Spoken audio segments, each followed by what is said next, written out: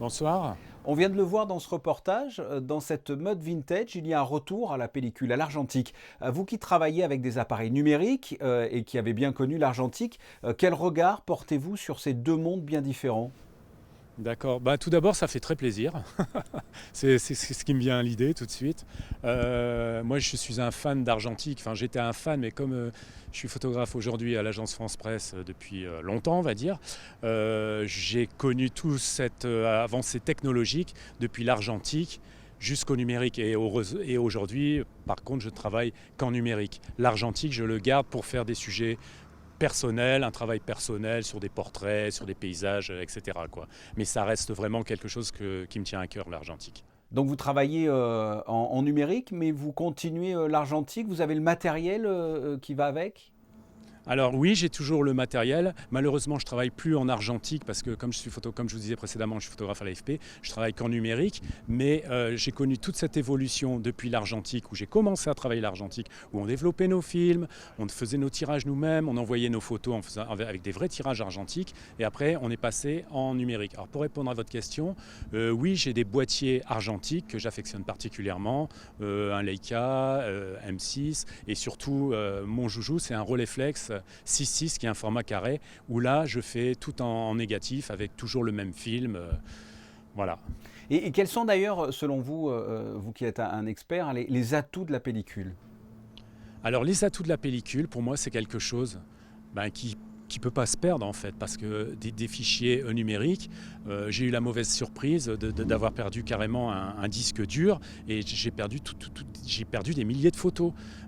Déjà, l'argentique, on va rester avec notre pellicule et si elle est bien entreposée dans des feuilles, dans des sachets et dans une boîte noire, on peut la ressortir 30, 50, des centaines d'années depuis l'apparition de la photographie. On a toujours gardé depuis le début les plaques et les négatifs.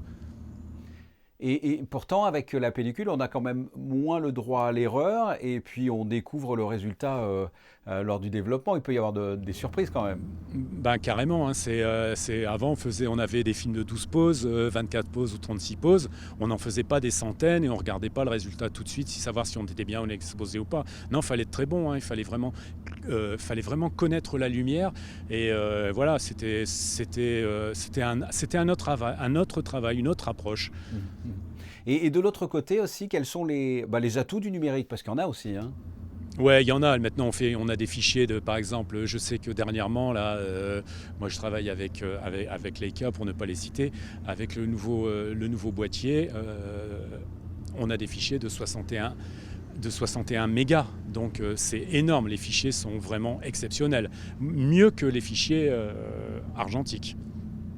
Mais après, comme on disait tout à l'heure, l'argentique reste l'argentique et le rendu du grain argentique sur un beau papier, genre un papier noir et blanc barité, ça reste quelque chose quand on le regarde, c'est une œuvre d'art, hein, maintenant. Enfin, franchement.